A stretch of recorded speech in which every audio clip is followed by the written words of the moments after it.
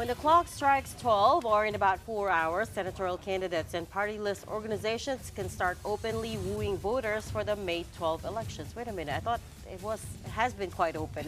But anyway, Officially, it's in 4 hours. Officially, okay. Well, the 90-day campaign period ends on May 10 with only a 2-day pause for Holy Week on April 17 and 18. And the Commission on Elections has some last-minute reminders to candidates. In particular, the Comelec is warning senatorial and party list bets to limit their spending to within legal limits to avoid being penalized or even possibly disqualified. Mon Gualvez has tonight's big story.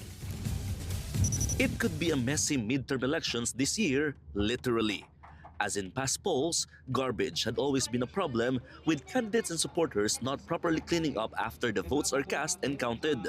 The Ecowaste Coalition tells bets to, at the very least, make sure their campaign materials are environment-friendly. Maraming mga alternatibong bagay na pwedeng gamitin. Merong karton, merong papel, merong mga cloth materials. Actually, Comelec already has a resolution promoting the use of non-biodegradable materials as campaign paraphernalia. Coming off of the election experience in 2022, back then, MMDA's daily trash collection came to 20 tons daily, or more than 8 million tons during the entire election period. Hindi garantiya at lisensya ang pangampanya para po dumihan natin ang ating mga kalsada, ang ating pong paligid.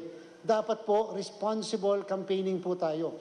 February 11, Tuesday, marks the start of the 90-day campaign period for national candidates. Battling it out for 63 seats are 156 party list organizations, and for 12 seats at the upper chamber, 65 senatorial candidates.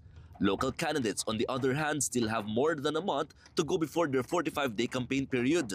Comelec reminds candidates to make sure sizes of their campaign materials are only up to 2 by 3 feet. These must be in common poster areas and cannot be hung on power cables, trees, public utility vehicles, and other public spaces.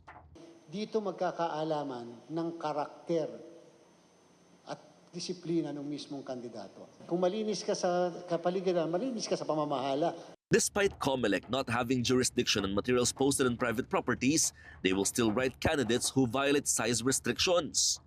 Streamers, meantime, can only be displayed during public meetings or rallies and should not exceed 3 feet by 8 feet in size. These may be displayed for a maximum of 5 days before the event and must be taken down within 24 hours thereafter. For radio and TV ads, national candidates are limited to 120 minutes per TV station and 180 minutes per radio station. All media advertisements must bear the true identity of the candidate or political party. Election propaganda in print such as newspapers, magazines, or any publication are limited to 3 times per week and must not exceed a quarter of page for broadsheets and half a page for tabloids. Online campaigning is allowed as long as all paid political ads are reported to Comelec and campaign websites and social media accounts are properly registered. In the case of billboards, electronic or not, Comelec admits they have no control over such materials.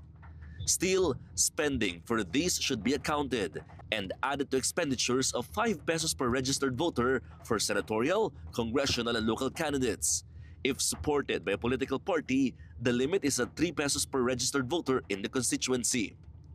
Political parties are allowed to spend 5 pesos per registered voter in areas where they have official candidates. This amount is separate from the candidate's own spending limits. Violators of any of these rules would receive a 3-day warning. If violators do not stand down, they face election offenses and possible disqualification. Comelec also reminds candidates to make sure their campaign jingles follow intellectual property rules. Pulse Asia President Ronald Holmes is taking note of all this spending. He observes that senatorial candidates piling up the most ad hours even before the campaign period began are not seeing a significant increase in their survey rankings. If you increase by 2 points and you spend $1 billion, that means each point is half a billion pesos. So it's not a significant jump. For News 5, Mon Gualvez, we are One News.